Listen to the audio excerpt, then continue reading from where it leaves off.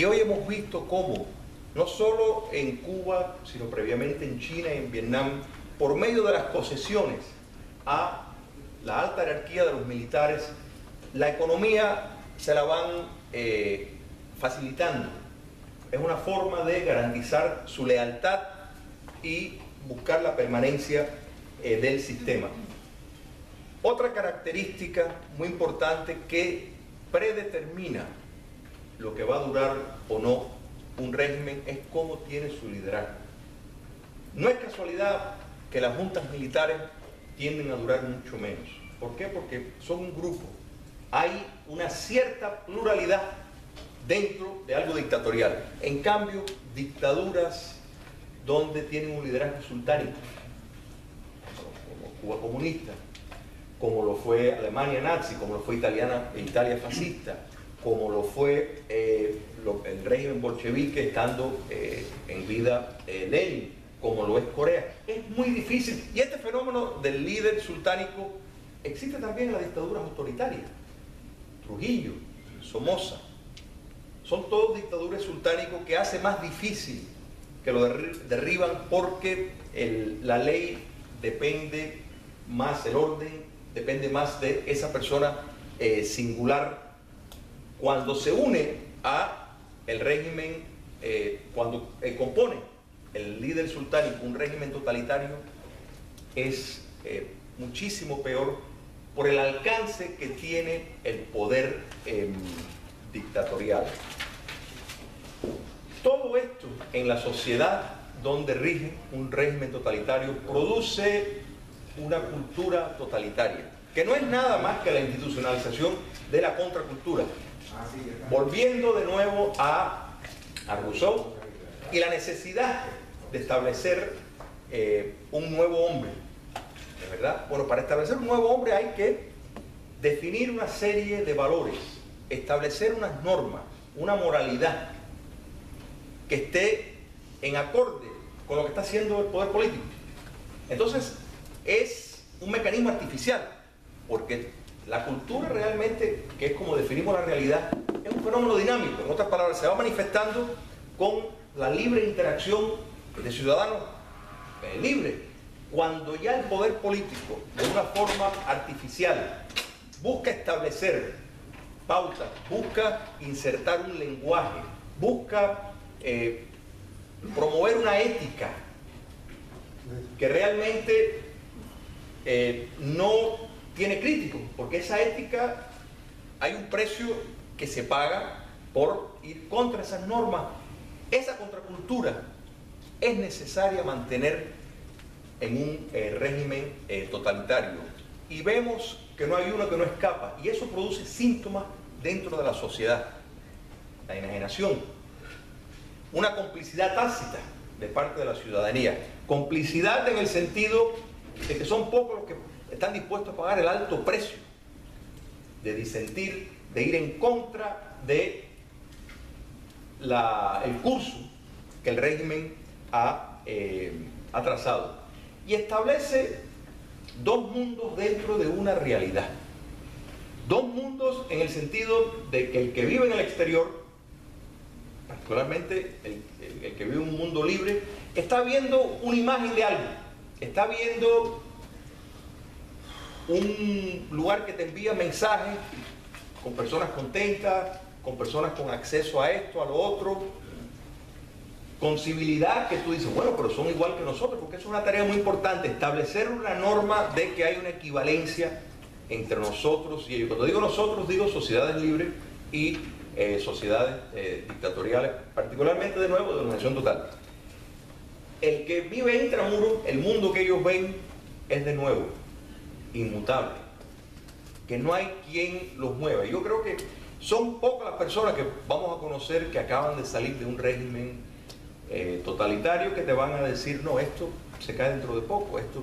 Todos vienen con un sentido negativo, y no solo de que si se cae, sino que el pueblo es capaz de eventualmente ser receptivo a la civilidad que requiere una sociedad democrática.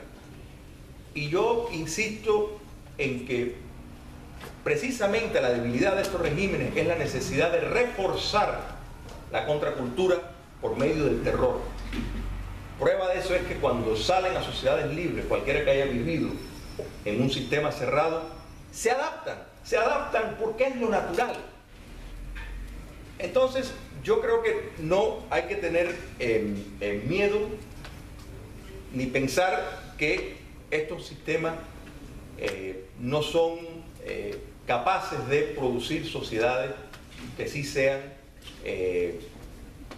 abiertos a sistemas democráticos, pero es fundamental desmantelar, y hay que dejar de ser tímidos. El ostracismo es un arma extraordinaria, y hablaste, Luis Ignacio, del ostracismo, y me vino a la mente el caso de un politólogo, Samuel Huntington, norteamericano, muy eminente, muy conocido. Uno podrá estar de acuerdo o en desacuerdo en determinadas cosas, pero el caso es que fue nominado en 2 ocasiones a la Academia de Ciencias estadounidense. Nominado 2 veces, pero no se la dieron porque hubo un matemático llamado Serge Lange que protestó porque el Samuel Huntington publicó un libro en los años 60 donde él argumentaba que en Sudáfrica las personas tenían un mejor estándar de vida que en el resto de África. Cosas que realmente los hechos lo demostraban. Pero este matemático Serge Lange pues lo desprestigió, argumentando de que la metodología que había usado para llegar a ese punto no era válido, y se puso a sacar determinadas fórmulas matemáticas. Al final, en las 2 veces que fue nominado, le quitaron al doctor Huntington esa distinción. Eso es en el sentido de alguien, porque no es casualidad que Serge Lange es pues, una bandera de la izquierda radical, otra manera de decir, es un enamorado de determinados proyectos nefastos, pero logró su propósito. Él no tenía timidez de confrontar y decir. Es más, el señor publicó un libro de toda la correspondencia que él guardaba, porque él se dedicaba a escribir en aquel momento cuando alguien emitía un libro y discrepar, y entonces pues bueno, el autor le contestaba, y él pues acumulaba toda esa correspondencia y después la publicó, como decir, mira, fulanito estuvo equivocado, mira, entonces este señor pues realmente sirvió los intereses del despotismo, pese a los logros que habrá tenido en el entorno académico. Antes de concluir, simplemente quisiera leer algo que Oriana Fallaci, autora y periodista italiana, dijo en una ocasión. No hay que ceder, hay que resistir. No quiero ceder, quiero resistir, porque quiero ver la derrota del monstruo, quiero ver la victoria del ángel que lo encarcela. Quiero estar entre los que mueren sin haber tenido nunca en la frente ni en la mano la marca de la esclavitud o de la complicidad. Muchas gracias a todos y que Dios los bendiga.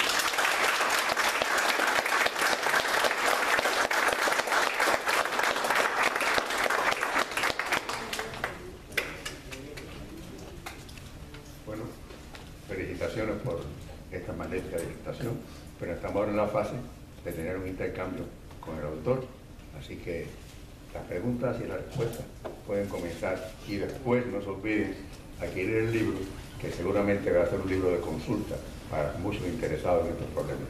Adelante las preguntas con el autor. Si quiero saber. Usted habló sobre Vietnam y sobre China. De la Rusia actual, ¿qué es lo que podría decir? Es Rusia, el putinismo, en efecto, es parte de una nueva forma, es algo parecido a las dictaduras del siglo XXI. Es una nueva forma porque China y Vietnam representan la nueva versión del totalitarismo en el sentido estricto. O sea, ellos pues tienen un partido y todavía se sienten cómodos y seguros con eso. En gran parte porque la prosperidad económica en esos países, de acuerdo a lo que estaban acostumbrados, ha sido bastante impresionante y claro, pues entonces esas sociedades dentro pues han sentido la tranquilidad de poder seguir por la puerta que el Estado les otorga y lamentablemente los chinos que vivieron fuera y los vietnamitas, pero más en los casos de los chinos, contribuyeron enormemente, tienen un papel de complicidad. Y quiera Dios que los cubanos pues, no cometamos ese error. En Rusia lo que se está viendo es una nueva forma de preservar lo que ya descubrieron, lo que han puesto en práctica, lo que al final el viejo Lenin se dio cuenta en el año 21, y eso es que la propiedad privada es esencial para el crecimiento económico. Pero eso no quiere decir la propiedad privada en el sentido que nosotros los entendemos. En eso los fascistas se dieron cuenta que realmente la superioridad de ese sistema, cuando precisamente la socialdemocracia, por ejemplo en Italia fascista, que fue el primero en tener lo que le llamaron las reprivatizaciones, llevó a cabo, la socialdemocracia había nacionalizado mucha de la industria italiana. Bueno, Mussolini revirtió eso, pero no en el sentido que lo entendemos nosotros en una sociedad auténticamente capitalista, no. Decidiendo a quién se le dan las concesiones, y son concesiones para servir el poder político. Alemania nazi lo expresó más directamente. Ellos llamaban que realmente ellos estaban construyendo un orden social por medio de la producción privada. O sea que la producción privada estaba ahí para servir los intereses de la comunidad, no para servir los intereses individuales. En Rusia estamos viendo eso, con la diferencia al modelo fascista italiano o alemán, que pues toleran una oposición, van a tolerar algunas protestas, nada que rete, sin embargo, el poder político de verdad lo van a permitir. Y todos lo hacen con leyes, lo juzgan, lo meten preso y dicen que porque estaba robando, porque estaba haciendo lo otro. Esto lo vemos en todas las partes, vemos cómo en Venezuela, cada vez que alguien parece que va a amenazar el poder político, pues está confrontando determinados cargos. Cualquier juez que se atreve a tal vez dictar en contra, y esto lo vemos, miramos en Argentina, en Ecuador, la rama judicial básicamente está subordinada al poder político. Entonces estamos delante de lo que el físico y filósofo de la ciencia Thomas Kuhn llamó un cambio de paradigma. Este señor en el año 62 escribió un libro, La estructura de las revoluciones científicas, donde él decía que, claro, él hablaba de la ciencia natural, pero realmente el principio lo podemos aplicar a las ciencias sociales. Él decía que la noción histórica de que toda la ciencia era acumulativa y era simplemente un proceso que iba cambiando, él dijo que eso no era así, que realmente cuando se cambiaba de un modelo, ya el de atrás quedaba obsoleto. Yo creo que ha tenido una razón. Einstein, por ejemplo, Galileo, Copérnico, introdujeron cambios revolucionarios dentro de la ciencia. Bueno, también los modelos políticos van cambiando, ¿no es verdad? Y estamos frente de el dinamismo de nuevos modelos, y la Rusia de Putin es una de ellas. Y lo peor del caso es que la democracia, el mundo libre, está totalmente, no sabe qué hacer, están inmóviles porque están todavía anclados a la noción de que porque tuvieron votaciones, ya eso les califica para ser regímenes respetables, cuando no lo son. Entonces, requiere mucha voluntad, para poder decir, no, ustedes no son democracia, ustedes no son iguales que nosotros, y tratarlos en acorde. Pero es un peligro y es un modelo, de nuevo, que más bien lo colocaría como las dictaduras del siglo XXI, Venezuela, Ecuador, Nicaragua, etc. Julio, a la luz de esta disertación tuya, ¿cómo lo aplicas a lo que está surgiendo en Hispanoamérica, de este socialismo del siglo XXI que están teniendo estos países que siguieron a Chávez? Primero, mira, hay muchos que dicen, bueno, que realmente ganaron las elecciones, que el pueblo se merece lo que tienen. Primero, yo no les concedo eso. Yo creo que Chávez ganó la primera elección de manera indiscutible, pero yo no les voy a conceder el terreno de decir que realmente representan a la mayoría, porque si son los que están contando los votos, y se sabe de sobra en el caso de Venezuela que la compañía que realmente diseñó el mecanismo electrónico para contar los votos era una compañía con proximidad al chavismo. Es más, en ciertos estados norteamericanos lo sacaron porque hubieron determinadas quejas que también iban a apañar las votaciones. Así que yo primero yo cuestiono si realmente es una mayoría lo que hay.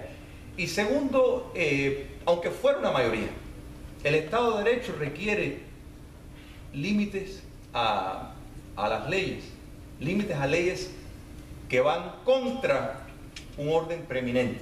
Yo creo que para nosotros los cubanos, en parte, si algo bueno tiene estas dictaduras del siglo XXI que están surgiendo, es que son laboratorios donde podemos tomar nota de esta nueva fórmula, y cuando se va a preparar una constitución, primero tener mucho cuidado que constituciones se puedan cambiar como si fuera cambiar de media, porque son muy fáciles de manipular. La opinión pública es muy fácil de manipular.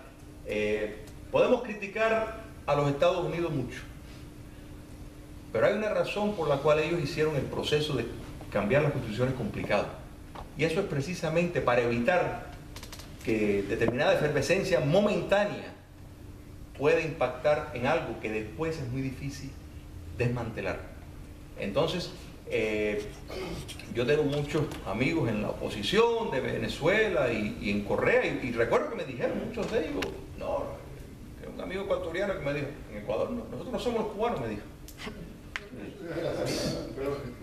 No, pero yo no tomé ofensa porque lo decía en el buen sentido. Digo que no, yo le dije, tú no conoces realmente el sistema, cómo funciona. No. Y de nuevo, ahí volviendo a por qué la importancia de reconocer cómo opera. ¿Te das cuenta? En Venezuela, peor aún, porque realmente han habido muchas personas esperanzadas con que el candidato último o el que fuera tenga posibilidad de alcanzar el poder. Eso no existe. Esta gente no van a salir por el voto. Y de nuevo, hay que entender que uno puede tener la mente abierta, pero hay que tener la mente abierta y tener cuidado que no se nos caiga el cerebro. ¿Te das cuenta? Hay que estar cerrado a ciertas cosas. Y yo no creo que eso no está nada malo. Uno puede estar cerrado a lo que es injusto. Uno puede estar cerrado a malas ideas, a proyectos que después las consecuencias son mucho peores, porque todos los remedios que se puedan tomar antes, es mejor. Ahora todo el mundo es un sabio cuando dice, no, si hubieran parado a Hitler. Bueno, pero ¿por qué no lo hicieron? Eran los mismos argumentos que escuchamos ahora de no tomar determinadas acciones a priori para impedir determinadas cosas. No. Yo creo que gran parte del error de las reacciones que han habido en América Latina a través de la historia en enfrentar estos movimientos subversivos es que miraron la primera parte, en otras palabras, la liberación, aplastar la subversión, que eso es bueno. Podemos discrepar si la metodología fue excesiva o no, pero no pensaron en establecer instituciones, en promover para la posteridad determinados aspectos que tenían que estar. Yo creo que el caso de Chile, en cuanto a la parte económica, fue muy exitoso, pero creo que le faltó creatividad.